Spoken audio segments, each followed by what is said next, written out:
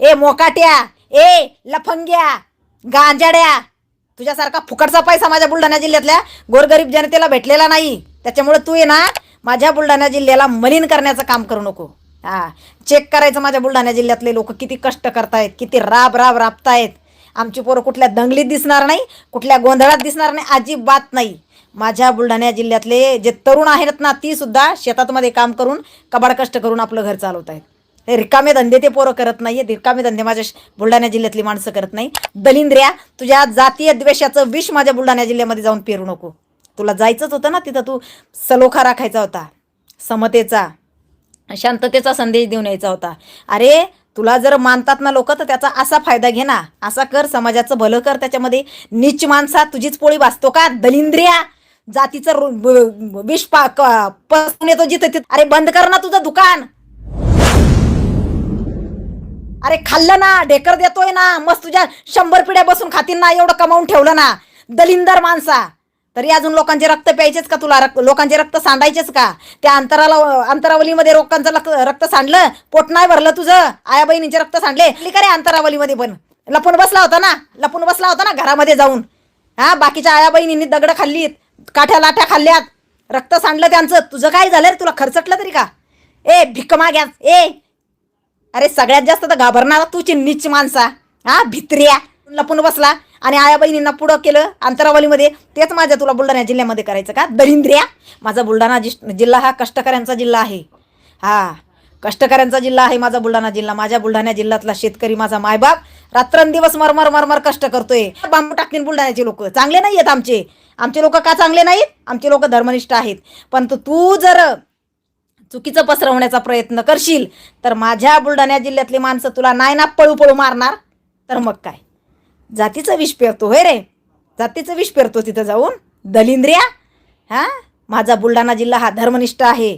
छत्रपती शिवराय यांच्या विचारांवर चालणारा आहे. डॉक्टर बाबासाहेब आंबेडकर यांच्या संविधानावर चालणारा आहे. जातीचं विष पेरू नको रे नीच माणसा. तुझा मेंदू सडलेला आहे. तुझ्या मेंदूमध्ये ना फक्त जात जात जात जात बास, दुसरं काही नाही, एकच जात. अरे ज्या जातीनं आहे ना आणि ज्या धर्मानं माझ्या आया बहिणींवर आहे ना अत्याचार केलेत, हा, आमचे धाकले धनी, तुझे नाही, आमचे या स्वराज्याचे धाकले धनी, ज्यांना छळ करून मारलं, त्यांच्या मांडीला मांडी लावून बसतो हे रे. हा, आणि ज्या लोकांनी धर्म वाचवण्यासाठी, धर्म जगवण्यासाठी माझ्या छत्रपतींच्या खांद्याला खांदा देऊन लढलेत, त्या लोकांवर द्वेष निर्माण करतोय त्यांचा. कशासाठी रे? कशासाठी? तुझा राजकीय डाव, तुझा त्या वाकड्याने तुला काहीतरी सुपारी दिली, ते हेतू साध्य करण्यासाठी. अरे मस्त तुला वाकड्याने लय पुरवलेत ना, ठेवले ना त्या नगद नारायणगडावर. जप किती जरा आता, बस तिथं राखण.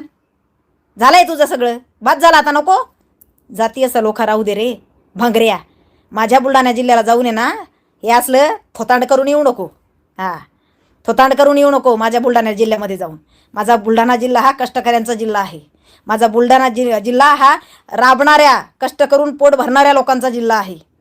हा, असले दंगली फिंगली आमच्या बुलढाणा जिल्ह्यामध्ये होत नाही. हा, ते तू बीडला ना सवय लावून दिली ती, तिकडं पेटवत राहत होती. तेवढा भाग आहे ना, तू जगूच देणार नाही लोकांना तिथल्या. तू त्यांना आहे ना सुखाने जगूच देणार नाही ना, त्यांच्या लेकरांना चांगल्या मार्गाने लावू देणार आहे. त्या बीडची पोरं आहेत ना, तू पार वाईट मार्गाला लावून टाकलीत. त्या मायबापांचा, त्या पोरांच्या मायबापांचा एवढा तळतळाट लागणार आहे तुला, तू मरशील पार. हा, तुझं मरण चांगलं नाही बरं का रे बेवड्या, मरशील तू. हा, लोकांच्या लेकरा बाळांना वाईट मार्गाला लावतो, तुझे चांगले होतील होय रे. सडू मरण मागशील तरी देव तुला मरण देणार आहे दलिंद्र्या. हा, 3 वर्ष झाले नको करून ठेवलंय. आणि आता सरकारला दिसत नाही का? दिसत नाही सरकार झोपी गेलंय का? किती दिवस सहन करायचं आम्ही? हा इतका जातीय द्वेष पसरवतोय, ह्याच्या भाषणातनं हा लोकांना उचकटून देतोय, हा भडकाऊ भाषणं करतोय. हा आता दिसत नाही तुम्हाला? दिसत नाही तुम्हाला? अरे चाकणमध्ये मागच्या आठवड्यामध्ये तुम्हाला सांगते, एक हिंदू बांधव होता आपला. त्या बांधवाच्या घरासमोर एका मुसलमानाने, बघा तो मुसलमानांचा एरिया आहे, संपूर्ण एरिया मुसलमानांचा आहे चाकणमध्ये, जिथं तो मुलगा राहतोय आपला, तो एक भाग. आणि त्यांच्या वस्तीमध्ये 2-3च घरं हिंदूंची आहे. त्या 2-3 घरांमध्ये एक मुलगा आहे, तो हिंदुत्वाचं काम करतो, गौरक्षणाचं काम करतो. त्या मुलाच्या घराच्या समोर दर अमावस्या पौर्णिमेला लिंब, टाचना वगैरे टोचून त्याच्या घरापुढं टाकल्या जात होते. म्हणून त्या पोरांनी कॅमेरे लावले होते त्याच्या घरापुढं. आणि अक्षरशः जो माणूस हे कांड करत होता ना, तो मुसलमान त्याच्यामध्ये पकडला गेला. जातीचा मी इथं अगदी मी उल्लेख करणार, कारण त्याच्यावर गुन्हे दाखल झालेले चाकण पोलीस स्टेशनमध्ये. ज्या वेळेला सीसीटीव्ही फुटेजमध्ये ते कॅप्चर झालं त्यावेळेला त्या व्यक्तीवर गुन्हे दाखल करण्यात आले.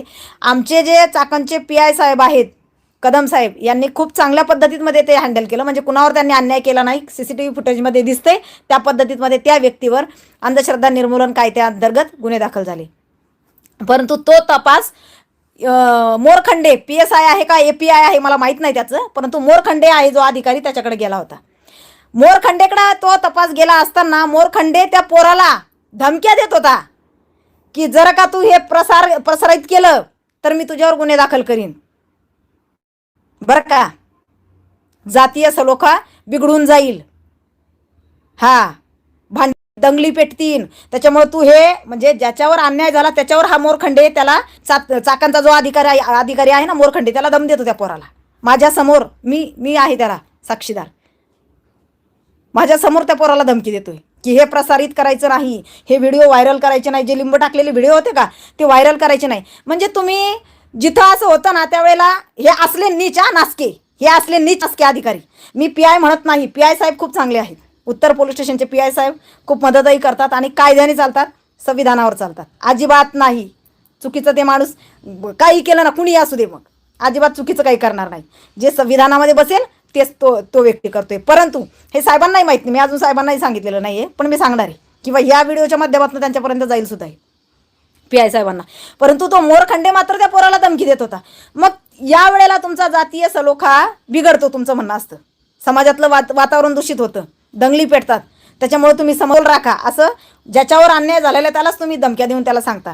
मग हे असं होतं त्यावेळेला कुठं जातात मग हे, नाही का, हे जे मोरखंडेसारखे येत नाही कुठं जातात मग, आता नाही दिसत का यांना? म्हणजे हे नीच लोक फक्त चांगल्याच लोकांना दाबण्यासाठी आहेत का? काही असतील ना सरकारमध्ये, पण काही लोक असतील ना की ज्यांना या गोष्टी अशा होणाऱ्या गोष्टी नाही जातीय सलोखा आपण राखला पाहिजे असे म्हणत असतात ना. मग आता यांनी जे पेटवलं तिथं जाऊन, मग हे दिसत नाही का तुम्हाला? यांनी जे तिथं जाऊन नाही का धिंगाणा घालणं लावला, हा दिसत नाही का? यांनी तिथं जाऊन जे भडकाऊ भाषणं देणं लावले, हे दिसत? करा ना त्याच्यावर गुन्हे दाखल, करा ना त्याला अटक. ज्यांनी तिथं हे विरोध केला ना छत्रपतींच्या पुतळ्यासाठी त्यांना तर अटक कराच, त्यांना तर सोडूच नका. परंतु या माणसाने तिथं जाऊन जे काय भडकवण्याचा प्रयत्न केला, जे काय तरुणांना उस्कवण्याचा प्रयत्न केला, याला टाका की आतमध्ये. याच्यावर नाही का बसत कलम? का संविधान याच्यासाठी नाहीच आहे?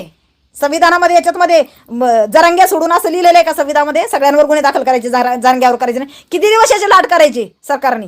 किती दिवस करणार सरकार? कारण काय? किती दिवस लोकांची डोकी फोडायला हा प्रवृत्त करणारे पोरांना, आणि सरकार सहन करणारे, उघड्या डोळ्याने बघत राहणारे, याचा नंगणार आहात.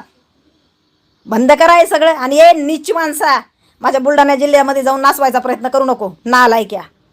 हां, संजीवभाऊ गायकवाड सारखे ना धर्मनिष्ठ लोक आमच्या इथं आहेत आणि ते अगदी समर्थ आहेत सगळ्या गोष्टी करण्यासाठी.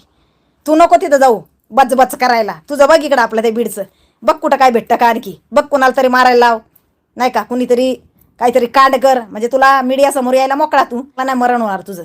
असला भांडणं लावतोय ना, असला जो माझा महाराष्ट्र गुन्ह्या गोविंदाने नाचत होता त्याला तू इतकं विचलित आणि इतकं गलिच्छ करून ठेवलं तू वातावरण, की तू लई लोकांची तुला तळतळाट लागणारी भंगऱ्या.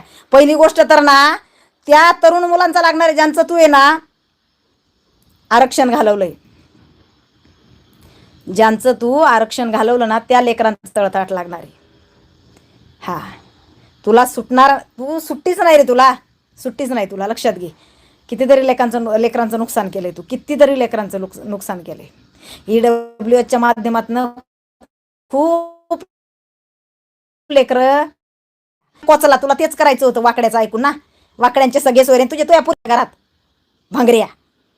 माझ्या लेकरांचं, माझ्या मराठा लेकरांचं तू वाटोळ केलेलं आहे. EWHच्या माध्यमातून भरपूर अधिकारी झाले असते, पण तू केलं रे वाटोळ त्यांचं. तर भलं नाही होणार कधी, तुझं लय वाटोळ होईल, लक्षात ठेव, लय वाटोळ होईल तुझं. आणि बंद कर माझ्या बुलढाणा जिल्ह्यात पाय नको टाकू परत. दलिंद्रिया, पवित्र भूमी आमची लय कष्टकऱ्यांची. हां, पवित्र भूमी आमची, दलिंदर माणसा.